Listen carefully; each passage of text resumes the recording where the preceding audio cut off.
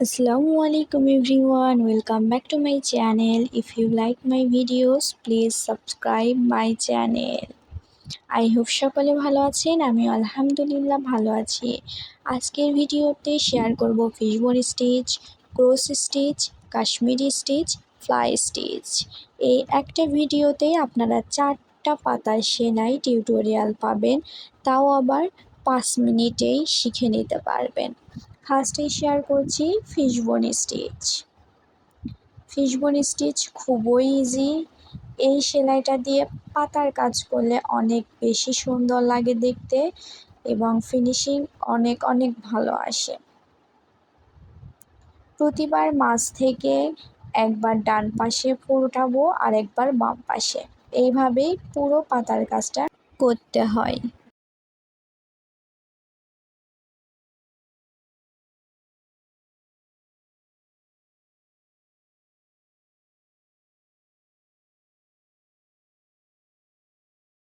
এখন শেয়ার করছি cross stitch. এই সেলাইটা দিয়েও পাতা সেলাই করলে ফিনিশিং সুন্দর আসে, দেখতেও ভালো লাগে। এখন দেখে নিই কীভাবে এই সেলাইটা করতে হবে। আমার সবগুলো ভিডিওতে আমি একটাই কথা বলি যে আমার কথাগুলো মনোযোগ দিয়ে না শুনলেও হবে, তবে চেষ্টা করবেন আমার ভিডিওগুলো মনোযোগ সহকারে দেখার, কারণ আমি আমার প্রতিটা ভিডিওতে ডিটেলস শেয়ার করি এবং হাতে কলমে বুঝিয়ে দেওয়ার চেষ্টা করি। আর আমি ওইভাবে কোনো কিছু ভিডিও থেকে স্কিপ করি না, একদম শুরু থেকে আমি দেখানোর চেষ্টা করি যেন সবাই বুঝতে পারে। অনেকেই ভিডিওর মাঝ থেকে শুরু করে সেলাই, যার কারণে নতুনদের বুঝতে অসুবিধা হয়। সেক্ষেত্রে আমি কিন্তু প্রথম থেকেই শুরু করি, তাই আমি বলবো আমার কথা না শুনলেও চলবে, তবে অবশ্যই আমার ভিডিওটা স্কিপ না করে ফুল ভিডিও দেখবেন।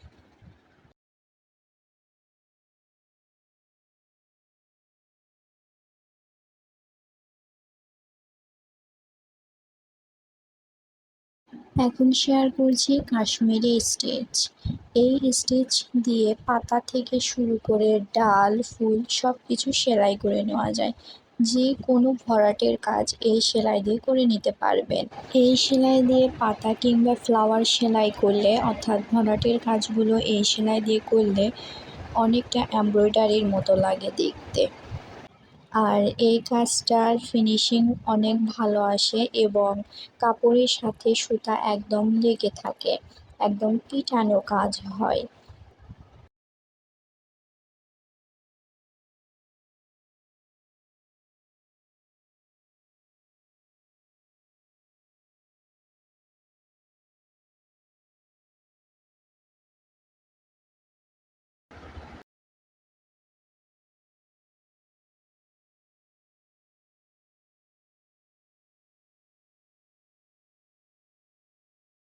এখন শেয়ার করছি ফ্লাই স্টিচ।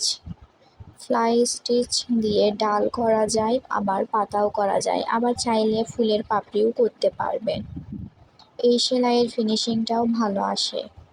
আজকের ভিডিওতে যে কয়টার পাতা সেলাই দেখিয়েছি সবগুলোরই ফিনিশিং মাশাআল্লাহ অনেক ভালো।